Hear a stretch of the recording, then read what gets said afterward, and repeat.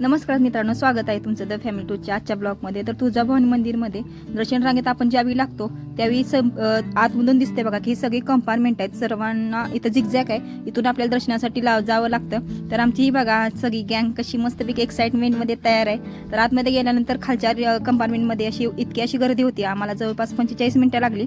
आणि याच्याबद्दल धर्मदर्शन आणि मुख्यदर्शन असे 2 प्रकार आहेत. तर त्याची जर संपूर्ण माहिती हवी असेल तर आपल्या यूट्यूब चॅनलवर जाऊन नक्की पहा मित्रांनो.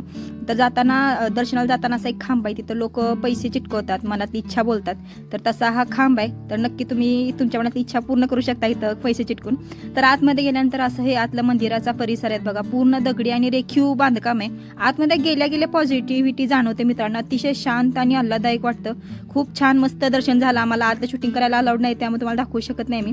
तर देवीचे वस्त्र ही देवीनं जे नेसल्या 7.5 त्याचं इथं विक्री करतात. तर तुमची इच्छा असेल तर तुम्ही इथून साडी सुद्धा खरेदी करू शकता.